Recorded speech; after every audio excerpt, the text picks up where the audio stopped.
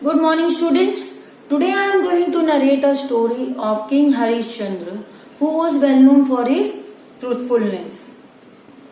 You will study about this King Harishchandra story in Veds and Puranas. So he ruled over Ayodhya with his wife Taramati and his son Rohitshwar. His subjects were very happy and led a peaceful life during his reign. As a child, he grew up learning the values of truth, honesty and integrity. And when he grew up, he was very well known for his truthfulness.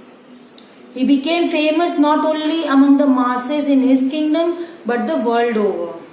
And he was so famous that his fame reached the ears of the gods in heaven.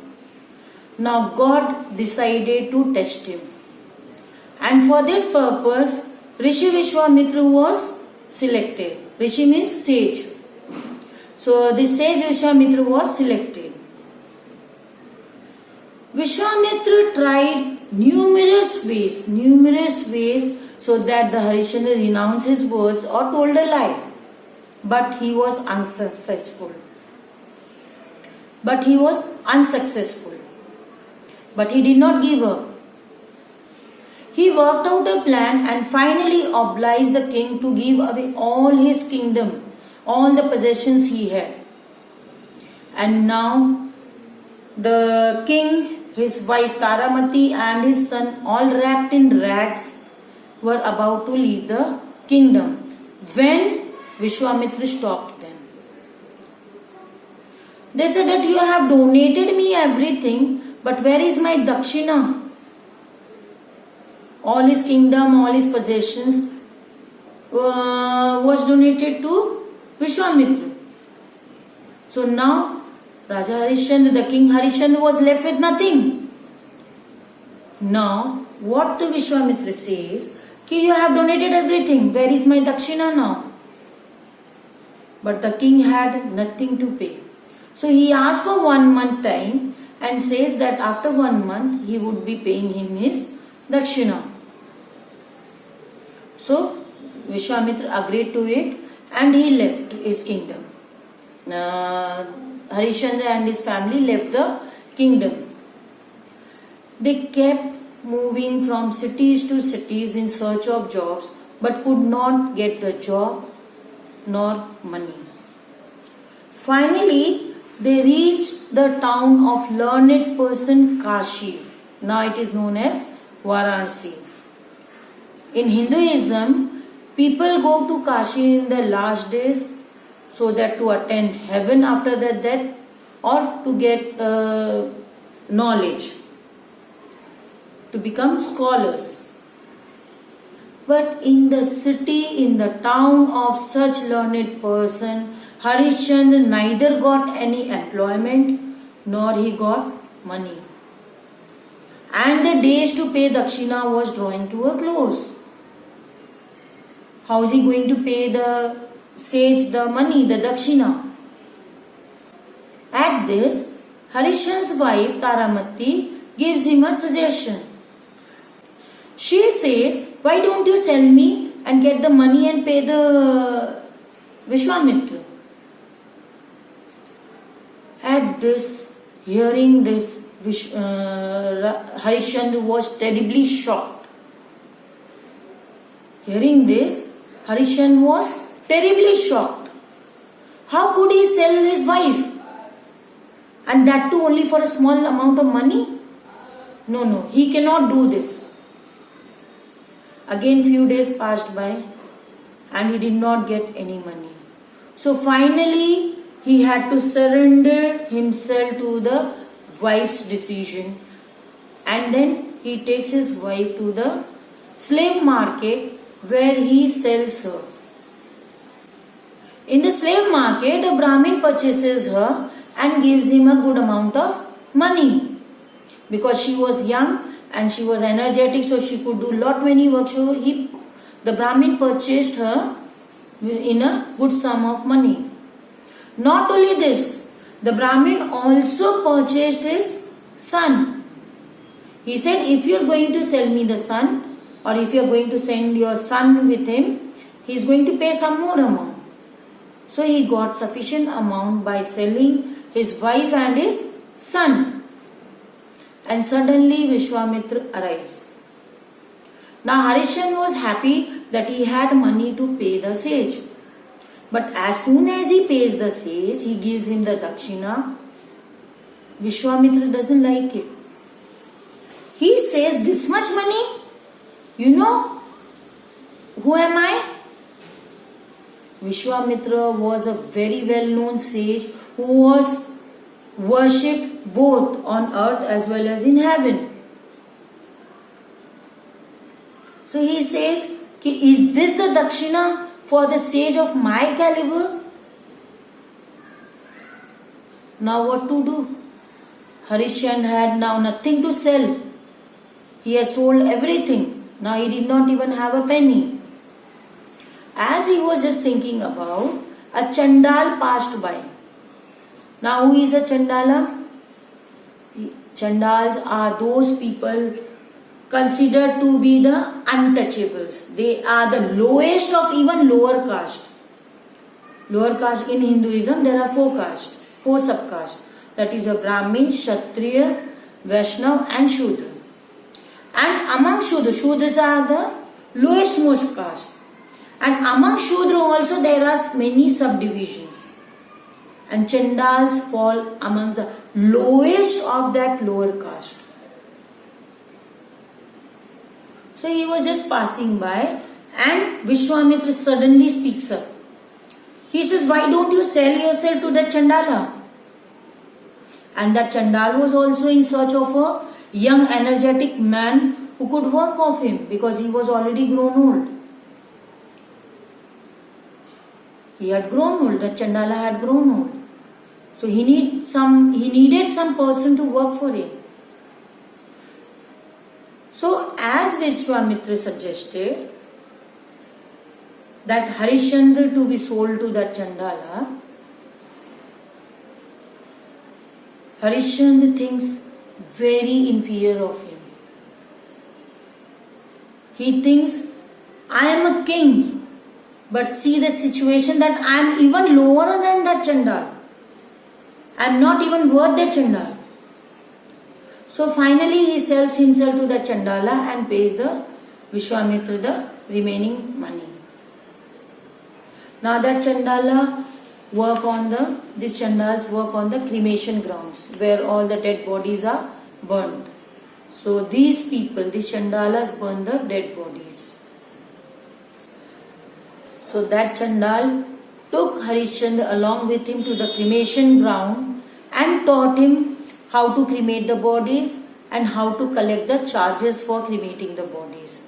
Even how to separate the dead bodies and the ashes and how to dispose it of.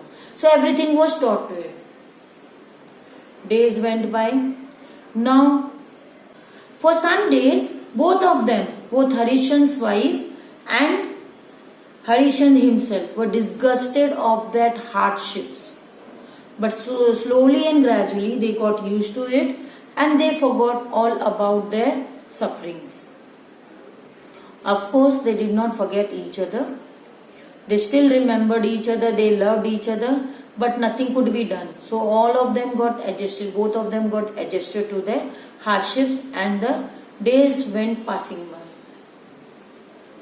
One day, what happens?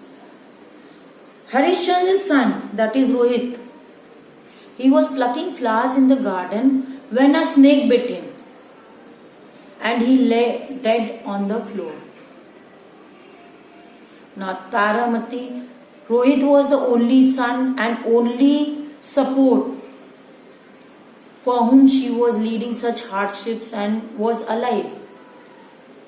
Now she was totally shattered. She was very, very disturbed. She cried and cried. She was not ready to accept that his son is dead. But finally she has to agree to it and then take the dead body to the cremation ground. Fortunately, she comes to the same cremation ground where Harishchandra was working.